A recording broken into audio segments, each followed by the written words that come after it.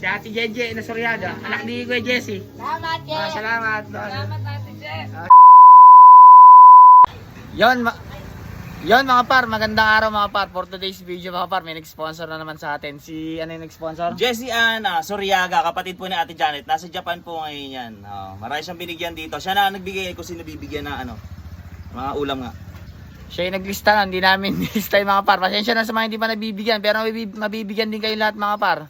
Nataka na namin ni Kuya Bon kanina pa. Ano nang oras Kuya Bon? Alas 10 na yata mahigit. Di pa namin na-deliver kasi maulan masyado ngayon. Pero ito, di-deliver ko na mga par. Tanghalian naman yun eh. Ito na pala yung order niya mga par. Oh. Worth 1,000 pesos to na Brad.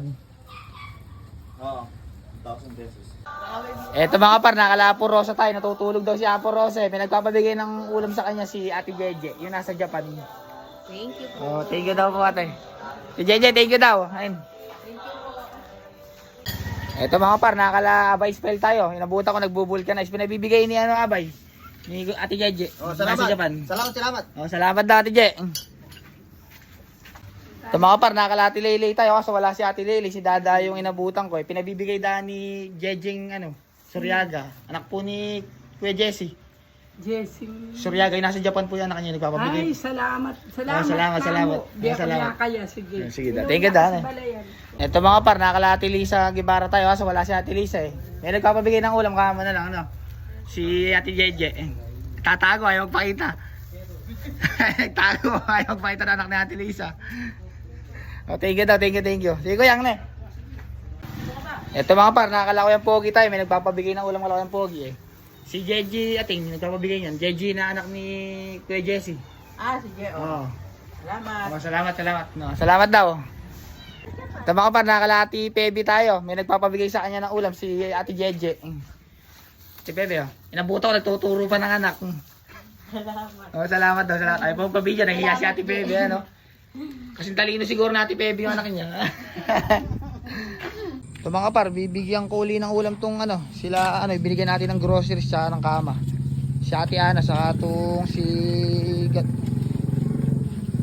mga par, natin tayo kala binigyan natin ng groceries. May nagpapabigay ng ulam ulit.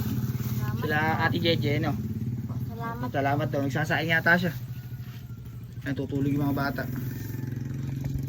Ito mga par, nakakalaati na tayo yung katabi ng babaeng binigyan natin ng kama. Dito uli, dito kasi nagtatrabaho to, kaya dito ko lagi natira ng ulam Thank you po. Thank you daw, thank you.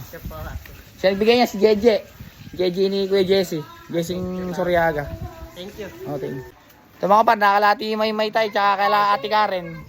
Ay, may nagpapabigay ulit sa'yo ng ulam ating. Si Ate Jessie na asawan Jessie. Suryaga. Salamat. Salamat. Si Ate Karen. Karen. At si Ate Karen, nandito rin. Isang bahay lang, magkakatabi lang sila dito. Ay, si Kuya, shoutout kay Kuya, shoutout. Salamat. Ito mga par, ito si Ate Karen. May nagpapabigay sa kanyang ulam eh. Si Ate Jeje na Suryaga, anak ni Kuya Jesse. Salamat, Je. Salamat. Salamat, Ate Je. Salamat daw.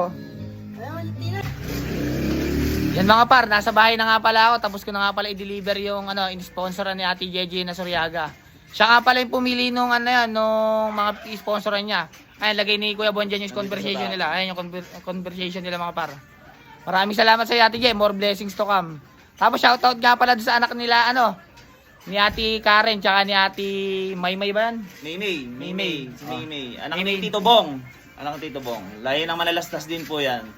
Tapos shoutout din po kay Ate Ena, di ba? Matuloy-tuloy po yung pagsusuporta niya sa amin eh. Tsaka yung mga binibigyan niyang tulong sa mga tao dito sa Sinipit yung nangangailangan nga po. Paano yan mga par? Hanggang dito na lang mga par. Kuya Bon, takpan mo na.